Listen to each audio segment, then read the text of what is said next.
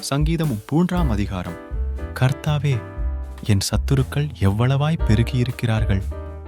எனக்கு விரோதமாய் எழும்புகிறவர்கள் அநேகர். தேவனிடத்தில் அவனுக்கு இரட்சிப்பு இல்லை என்று என் ஆத்துமாவை குறித்துச் சொல்லுகிறவர்கள் அநேகராயிருக்கிறார்கள்.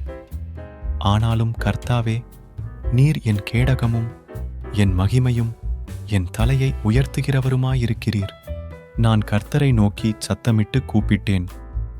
அவர் தமது பரிசுத்த பர்வதத்திலிருந்து எனக்கு செவி கொடுத்தார். நான் படுத்து நித்திரை செய்தேன், விழித்துக் கொண்டேன். கர்த்தர் என்னை தாங்குகிறார். எனக்கு விரோதமாகச் சுற்றிலும் படையெடுத்து வருகிற 10,000 பேருக்கும் நான் பயப்படேன். கர்த்தாவே, எழுந்தருளும். என் தேவனே, என்னை இரட்சியும். நீர் என் பகைஞர் எல்லாரையும் தாடையிலே அடித்து துன்மார்க்கருடைய பற்களை தகர்த்துப் போட்டீர். இரட்சிப்பு கர்த்தருடையது. தேவரீருடைய ஆசீர்வாதம் உம்முடைய ஜனத்தின் மேல் இருப்பதாக.